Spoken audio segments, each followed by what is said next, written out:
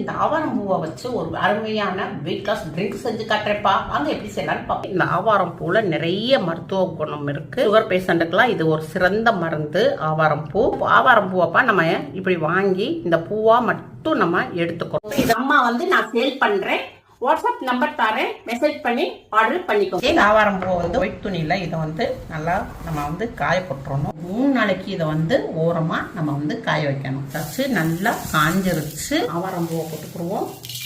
கடாயோடைய சூட்டில் நம்ம லைட்டாக வறுத்துக்கிறணும். இதை எடுத்து பிளேட்டில் மாற்றிக்கணும். மிக்ஸி ஜாரில் மல்லியை போட்டுக்குருவோம். இப்போ சோம்பு சீரகத்தை பட்டையை நம்ம மிக்சியில் போட்டுக்குருவோம். இப்போ இதை நம்ம பவுடராக்கிக்குருவோம்.